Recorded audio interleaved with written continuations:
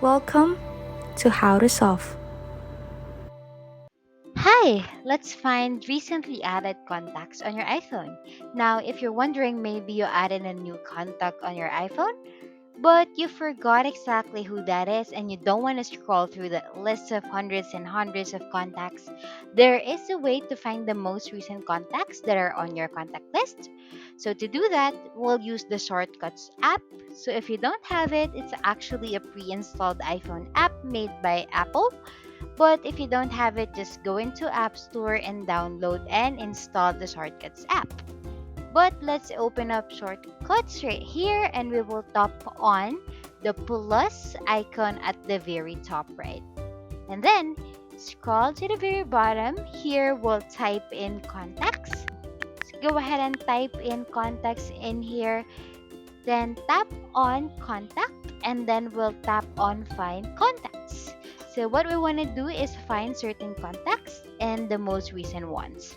So you can see next to sort by, we'll want to tap where it says none and we'll want to choose creation date here. And then in the order, we will tap on that and hit latest first. So we're gonna choose to show the latest contact that we've added, and I can always add a limit in here. Let's say only get the latest 5 contacts to be able to see them. So now that we've done that, here in the search bar again, we're gonna type in show results. Now that we've added the all contacts, we've also added the creation date, and we want to see the latest first. We want to show those contacts now at the very bottom right. We can just hit that play and it will show here all of the recently added contacts in your iPhone. Basically, I can just tap on that and it will open up a little text file that shows me all of those recent contacts.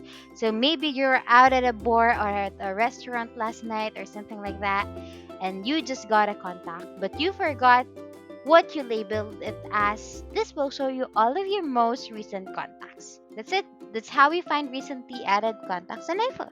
Please like and subscribe for more content. We'll see you in the next one.